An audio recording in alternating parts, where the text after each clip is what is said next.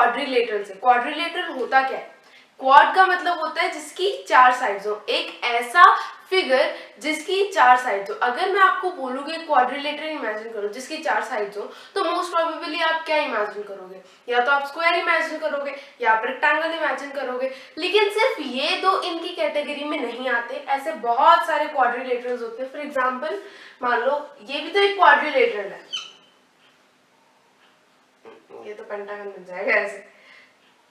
ये भी तो एक क्वाड्रिलेटरल है ना, ये भी क्वाड्रिलेटरल है, ये भी क्वाड्रिलेटरल है, लेकिन जरूरी तो नहीं कि ये स्क्वायर या रेक्टेंगल हो, है ना। ये भी क्वाड्रिलेटरल है, इसकी भी 4 साइड्स है ना। तो क्वाड्रिलेटरल वो फिगर होता है जिसकी 4 साइड्स हो, ठीक है।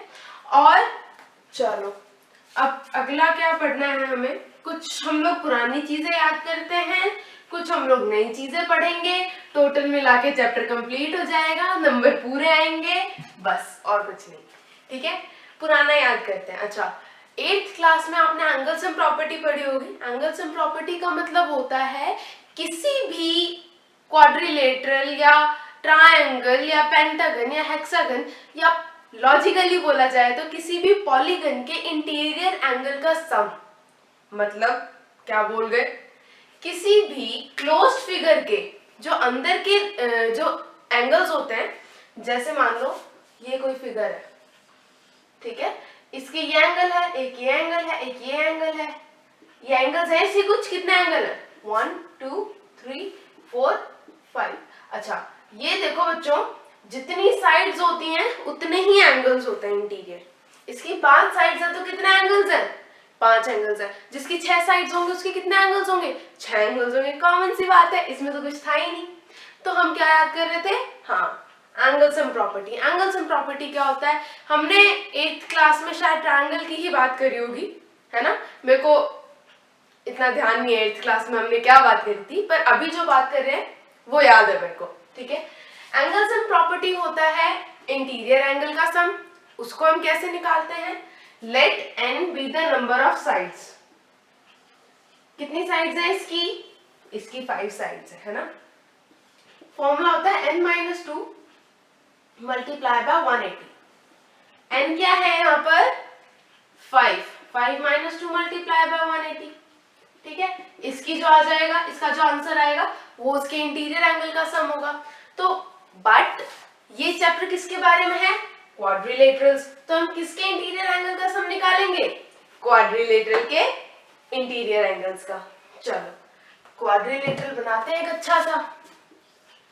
मान लो ये बन गया हमारा क्वाड्रिलेटरल। कितने एंगल हो गए इसके अंदर? जितनी साइड्स हैं, 4 साइड्स हैं, 4 angles. Formula n-2 multiply by 180। n क्या है? 4 4-2 मल्टीप्लाई बाय 180। 4-2 क्या होता है? 2 मल्टीप्लाई बाय 180। 18 2 36, पीछे 0, क्या आ गया? 360 डिग्री। यानी कि इसके इंटीरियर एंगल का सम कितना होगा? 360 डिग्री होगा। चलो भाई एक और बात खत्म करनी हमने। अच्छा अब मेरे को एक बात बताओ, हमेशा जो क्वाड्रिलेटरल्स होते हैं यानी कि जिनकी 4 साइड्स होती हैं, क्या हम सबके साथ कुछ फंक्शंस परफॉर्म कर सकते हैं?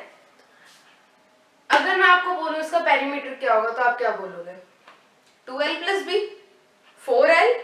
नहीं, बिल्कुल भी नहीं, क्योंकि ना तो ये स्क्वायर है ना ये रेक्टेंगल है। पेरीमीटर तो निकल जाएगा। क्या हो जाएगा? मान लो ये साइड x है, ये y है, ये z है, ये a है, तो इसका पेरीमीटर क्या होगा? a + x + y + z। लेकिन अगर मैं आपको बोलूं इसका एरिया क्या होगा, क्या इसके अपोजिट साइड्स इक्वल हैं या पैरेलल हैं, क्या है, तो हमें इसके बारे में अभी कुछ नहीं पता और ना ही अभी हमको इसके बारे में कुछ पढ़ना है। तो इसको छोड़ते हैं। जिनके बारे में हमें पढ़ना है उनके बारे में पढ़ते हैं। कुछ इंपॉर्टेंट फिगर्स हैं, उनके कुछ इंपॉर्टेंट फॉर्मूलाज हैं, कुछ इंपॉर्टेंट प्रॉपर्टीज हैं, वो आपको सारी की सारी लर्न करनी है। सारी की सारी मतलब बिल्कुल एक भी नहीं छोड़नी, ठीक है। बहुत काम आएंगी बड़े एग्जाम्स में, IITs वगैरह में बहुत इंपॉर्टेंट होती है बेस लेवल के अंदर, ठीक है, बेस लेवल के लिए। तो सबसे पहले स्टार्ट करते हैं हम लोग किससे? सबसे पहले स्टार्ट करते हैं पैरेललोग्राम से। अच्छा, पैरेललोग्राम क्या होता है? पैरेललोग्राम नाम से ही पता लग रहा होगा, जिसकी अपोजिट साइड्स क्या होती हैं? पैरेलल। ये एक दूसरे के पैरेलल और ये साइड एक दूसरे के पैरेलल। ठीक है, प्रॉपर्टीज मैं बाद में बताऊंगी, अभी आपको मैं सिर्फ इंट्रोडक्शन करा रही हूँ। ठीक है, ये होता है पैरेललोग्राम। Number 2, rectangle.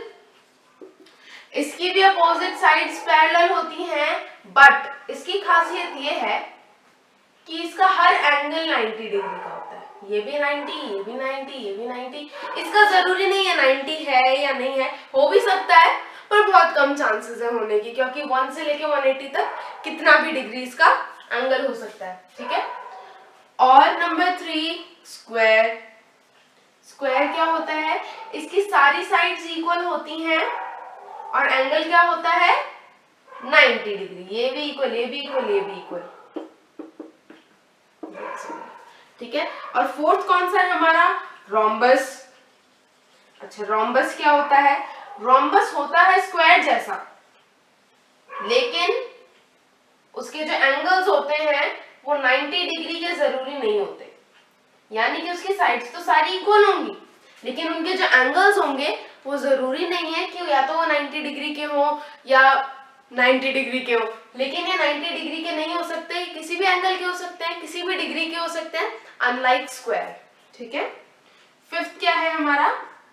काइट। अच्छा, अभी तक हमने क्या पढ़ा? Opposite side equal, same side equal. क्या हमने पढ़ा? Adjacent side equal. आपने कभी देखा है काइट को? क्या वो पैरेललोग्राम होती है? नहीं, ना वो रेक्टेंगल होती, ना वो स्क्वायर होती, ना वो रोम्बस होती। क्या होती है वो होती है काइट। उसका शेप होता है काइट जैसा। अब काइट का शेप तो काइट जैसा ही होगा, कैसी बातें कह रही है ना?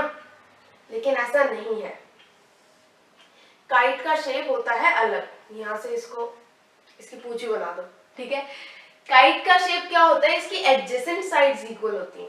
इसकी साथ वाली साइड, यानी कि ये साइड और ये साइड इक्वल है, और ये साइड और ये साइड इक्वल है।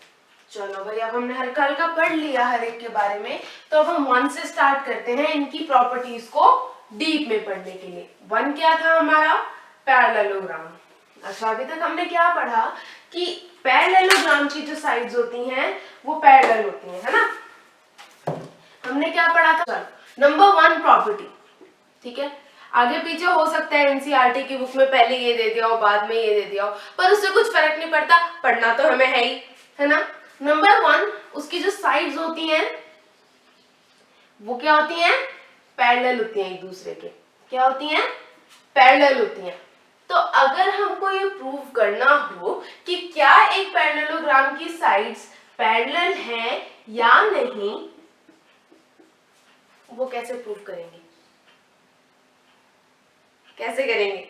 करते हैं, चलो इसी को करते हैं सबसे पहले। To prove that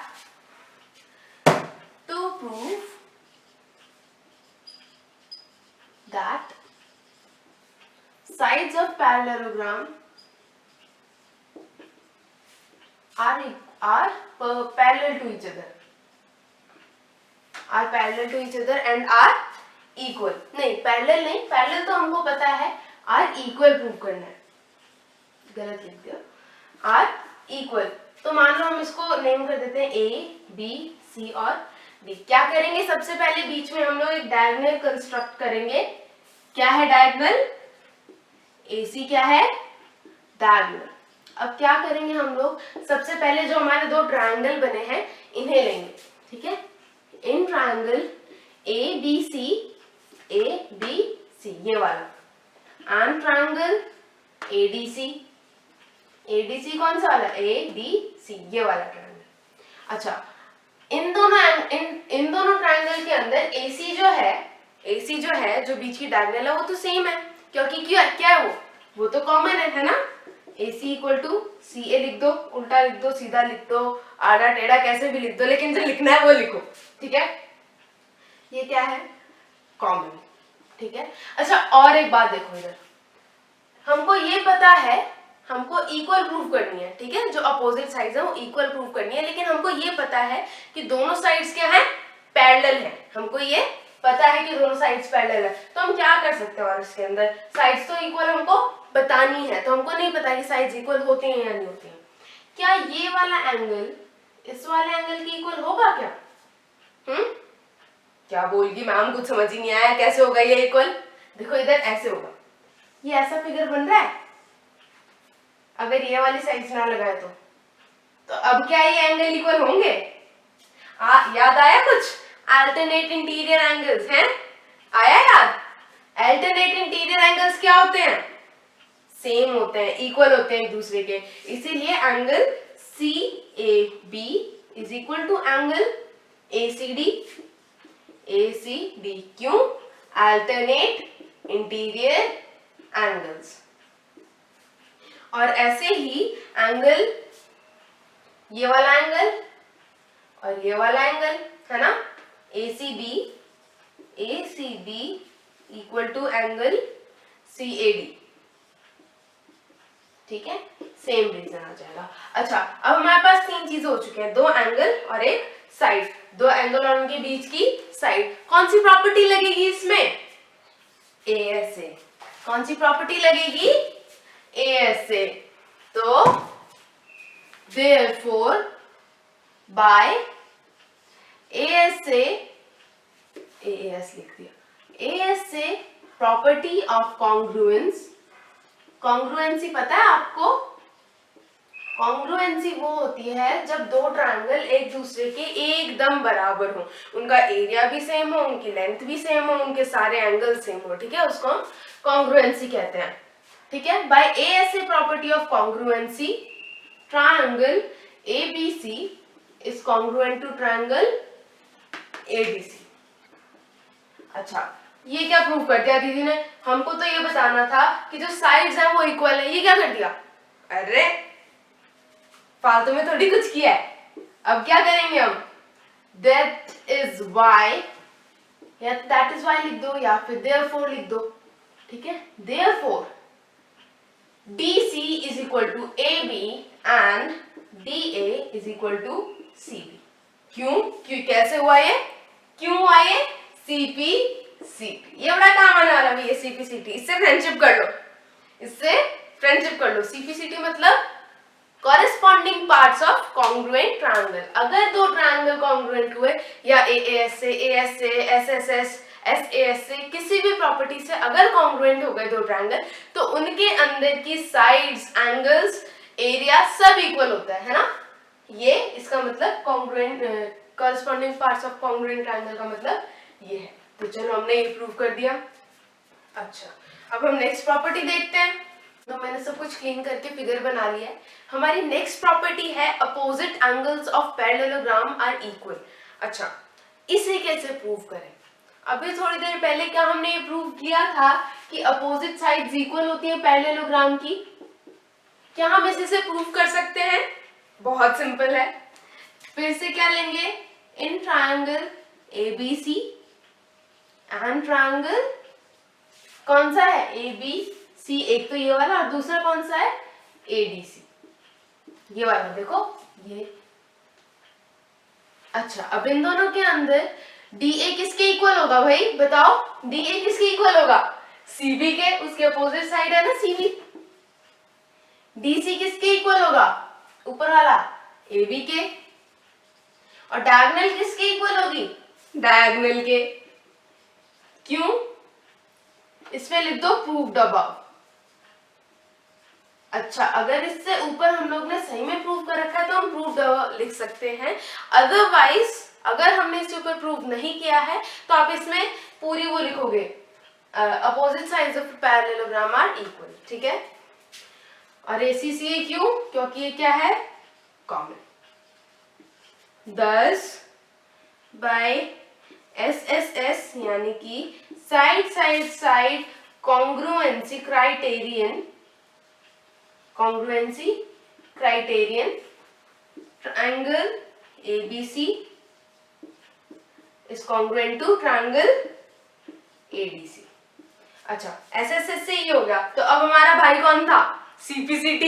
क्या करेंगे? ये दोनों क्या हो गए? कॉन्ग्रुएंट हो गए। ये वाला ट्रायंगल और ये वाला ट्रायंगल, ये दोनों हो गए कॉन्ग्रुएंट। तो इसके अपोजिट एंगल्स भी इक्वल हो जाएंगे, angle D equal to angle P by CP CT। ऐसे ही अब हम यहाँ पर लिख देंगे सिमिलरली ऐसे ही यहाँ पर हम लोग एक डायगोनल खींचना, फिर वैसे लिखना, इतना सब कुछ झंझट वगैरह रहने दो, ठीक है। सिमिलरली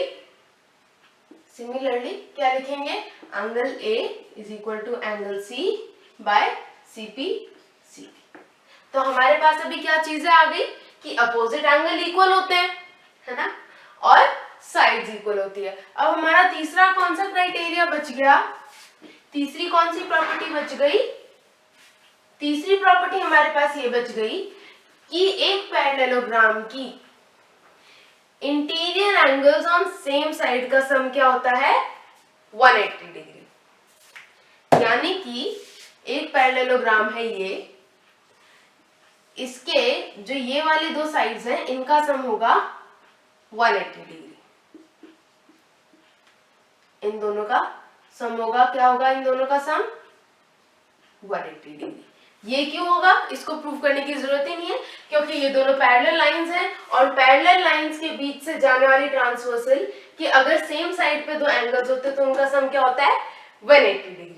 चलो भाई, आज के लिए इतना ही। आज हमने प्रॉपर्टी कंप्लीट कर दी सारी इसकी पैरेललोग्राम की। अब बस आपको लर्न करने का बचा है। इन सब के कन्वर्स भी होते हैं वैसे।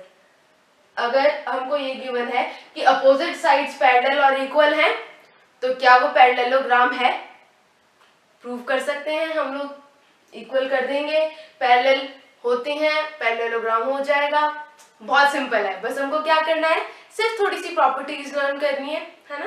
क्योंकि यूजुअली मानो अगर ये प्रूव करने के लिए नहीं आया, हमको कुछ और प्रूव करने के लिए आ गया जिसमें ये यूज हो रहा होगा, अब प्रूव करने थोड़ी बैठेंगे, इतना टाइम थोड़ी होता है किसी के पास।